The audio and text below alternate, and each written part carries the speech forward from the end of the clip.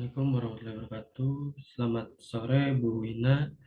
Perkenalkan nama saya Muhammad Abu Pratama, NIM 2892250167, Prodi Manajemen. Di sini saya akan mempresentasikan tugas ujian tengah semester Manajemen Logistik. Di sini saya mengambil tema yakni pembelian dalam perusahaan. Mari kita lanjut berikutnya. Ini ada pembelian dalam perusahaan. Pembelian dalam perusahaan, yakni pembelian adalah kegiatan penting dalam berbagai bentuk organisasi, manufaktur, non-manufaktur yang berorientasi laba, nirlaba, maupun sektor pemerintahan. Bagian pembelian bertanggung jawab untuk memperoleh barang dan jasa dalam jumlah yang diperlukan, di saat yang tepat, dengan mutu sesuai persyaratan dan total ongkos minimum. Pembelian barang atau material merupakan pos terbesar dalam industri. Rasio antar ongkos pembelian barang dan jasa terhadap total harga pokok penjualan menunjukkan bahwa fungsi pembelian memiliki rasio yang paling signifikan. Definisi pembelian. Fungsi pembelian utama adalah kegiatan pembelian yang dilakukan suatu perusahaan dari pihak pemasok yang melibatkan kegiatan penentuan kebutuhan, memilih pasok, pesanan bisa sampai di pelanggan dengan harga yang tepat, menentukan spesifikasi, mengusulkan kontrak atau pesanan, dan menindaklanjutinya untuk memastikan pengiriman yang tepat. Fungsi pembelian dalam definisi tersebut menjelaskan secara spesifik bahwa tugas pembelian yaitu A. Menentukan spesifikasi dalam kurung dalam bentuk, mutu, dan jumlah yang diperlukan tentang barang dan jasa yang perlu untuk dibeli. B. Menyeleksi pemasok yang cocok dan mengembangkan prosedur untuk memilih pemasok yang terbaik. C. Menyiapkan dan melakukan negosiasi dengan pemasok untuk menetapkan sebuah kesepakatan yang diangkat menjadi sebuah kontrak. D. Menempatkan pesanan untuk pemasok terpilih atau mengembangkan PO atau purchasing order dan sistem penanganan yang efisien. E. Memantau dan mengendalikan pesanan untuk menjamin pasokan.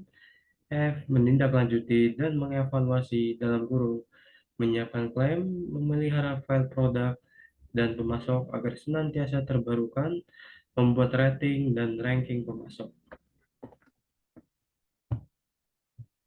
Lanjut ke slide berikutnya, eh, jumlah dan timing pesanan. Ronald H. Ballow pada tahun 1998 menyatakan bahwa kuantitas dan waktu pembelian terhadap produk yang diperlukan berpengaruh terhadap harga yang harus dibayar, biaya transportasi, dan biaya simpan persediaan. Beberapa strategi yang bisa dilakukan adalah A. Strategi just in time. Pembelian dilakukan hanya untuk memenuhi kebutuhan pada saat itu atau sering disebut hand to mouth buying. Strategi ini menekan ongkos simpan. Just in time buying akan untung jika harga bahan yang dibeli menurun dan menghindari pembelian dalam jumlah besar saat ini. B. Forward buying. Pembelian dilakukan karena mengharapkan adanya kenaikan harga material di masa yang akan datang. C. Speculative buying. Membeli melebihi kebutuhan yang ditentukan namun berspekulasi untuk mendapatkan harga yang tinggi di masa yang akan datang. D. Strategi campuran. Bila suatu komoditas memiliki pola harga musiman yang dapat diprediksi, menggunakan strategi campuran seperti just-in-time buying dengan forward buying, sehingga dapat menghasilkan harga lebih rendah dibanding jika menggunakan strategi just-in-time sendiri. Kita lanjut ke tujuan pembelian. Tujuan utama dari pembelian adalah bagaimana cara untuk memperoleh barang dan jasa dengan ongkos total minimum Selain itu juga, bagian pembelian harus bisa memperoleh dengan aliran barang dan jasa yang tidak terputus, konsisten, barang dan jasa diperoleh bermutu baik. Menurut Porter, pada tahun 1985, kegiatan rantai nilai bisa dipisahkan menjadi kegiatan utama dan kegiatan pendukung. Kegiatan utama adalah menyangkut transformasi fisikal, penanganan produk akhir untuk dikirim ke pelanggan. Sedangkan kegiatan pendukung adalah kegiatan-kegiatan yang mendukung kegiatan utama yang mengarahkan terhadap satu atau lebih dari kegiatan utama, sehingga gabungan antara kegiatan utama dan kegiatan pendukung akan menghasilkan nilai yang menjadi tujuan yang harus dicapai perusahaan. Porter menguraikan tentang kegiatan utama rantai nilai pada sebuah pembeli perusahaan terdiri dari A. Inbound logistik dalam kurung logistik masuk. Berhubungan dengan penerimaan, penyimpanan, dan kegiatan persiapan input untuk menjadi produk seperti penanganan bahan, pergudangan, dan pengendalian persediaan. Yang B, operasional atau operation, aktivitas yang meliputi transformasi input menjadi produk akhir seperti permesinan, pengemasan, perakitan, pengecatan, dan lain-lain. Yang C, outbound logistik dalam kurung logistik keluar. Kegiatan yang meliputi pengumpulan, penyimpanan barang jadi, dan distribusi fisik produk untuk para pembeli seperti pergudangan barang jadi, penanganan barang, dan lain-lain. D. Marketing and sales dalam kurung pemasaran dan penjualan. Proses yang termasuk di dalamnya yang berkaitan dengan iklan, promosi, penjualan, manajemen harga, dan relasi pelanggan. E. Service dalam kurung pelayanan.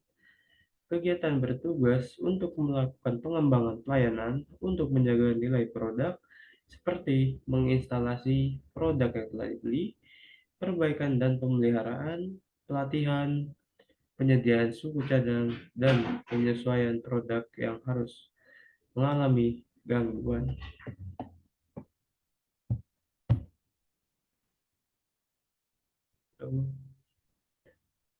Sedangkan yang menyangkut pada kegiatan pendukung dikelompokkan menjadi 4 kategori.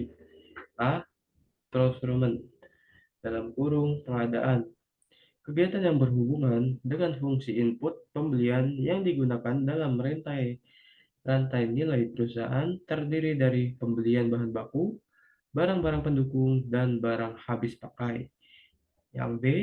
Teknologi development dalam kurung pengembangan teknologi. Perusahaan yang memiliki teknologi yang maju, baik dalam proses produksi maupun administrasi pada umumnya, memiliki nilai lebih efisien dibanding dengan perusahaan yang menggunakan teknologi out of date. C. Human Resource Management dalam kurung manajemen sumber daya manusia. Semua kegiatan utama dan pendukung memerlukan dukungan pegawai yang memiliki kompetensi sesuai dengan spesifikasi pekerjaannya. Oleh karena itu, sistem penerimaan pegawai harus sesuai dengan persyaratan yang diperlukan. Yang D. Firm infrastruktur. Seluruh perusahaan adalah pelanggan dari infrastruktur perusahaan ini karena tanpa adanya infrastruktur yang memadai, semua proses bisnis tidak akan berjalan. Infrastruktur tidak hanya mendukung satu atau lebih kegiatan utama, namun mendukung semua proses perusahaan. Contohnya, manajemen, keuangan, akuntansi, hukum, manajemen mutu, dan manajemen fasilitas.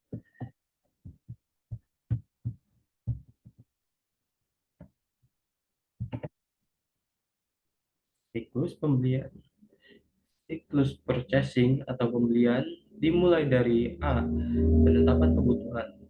Bagian purchasing menetapkan besarnya kebutuhan yang akan dibeli di pemasok. Informasi ini didapatkan dari koordinasi antara bagian produksi, persediaan, gudang, dan keuangan. Menilai pemasok, bagian purchasing berkepentingan terhadap kinerja pemasok Maka, penilaian terhadap pemasok merupakan hal yang penting agar bahan yang dibeli sesuai dengan kriteria mutu, jumlah, harga, delivery atau pengiriman, dan penilaian lainnya. C. Memilih pemasok. Setelah dilakukan penilaian terhadap pemasok potensial, maka dari daftar yang akan dipilihlah pemasok dengan kinerja dan prestasi terbaik dengan cara antara lain penunjukan langsung, tender terbatas, dan tender terbuka. D. Melakukan pemesanan. Apabila proses pemilihan pemasok selesai, terjadi kesepakatan antara purchaser dan pemasok mengenai harga, jumlah, mutu, dan pelayanan yang maka ditindaklanjuti dengan menandatangani kontrak. Yang E. Memonitor pesanan. Setelah dilakukan kontrak antara kedua belah pihak, selanjutnya pemasok mengirim barang yang dipesan dan pihak purchaser harus melakukan monitoring tentang status pesanan apakah sudah sesuai dengan kesepakatan di awal. F. Barang pesanan datang, dilakukan pengecekan mutu, jumlah harus sesuai dengan kontrak dan pencocokan antara dokumen dengan dokumen. G. Manajemen stok. Barang yang yang sudah diterima mengalami proses penyimpanan, namun harus dilakukan dengan cara yang baik sehingga barang tetap terjaga mutu dan jumlahnya. Yang H terakhir adalah audit. Proses audit wajib dilakukan untuk semua proses bisnis dalam perusahaan.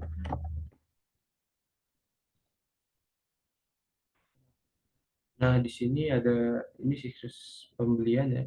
Determination of demand, appraisal of the source supply, supply selection, ordering, pembelian, order monitoring, incoming goods, stock management, dan auditing. Nah, ini siklus yang tadi yang digambarkan ya tadi kan melalui teks ini penggambarannya seperti ini.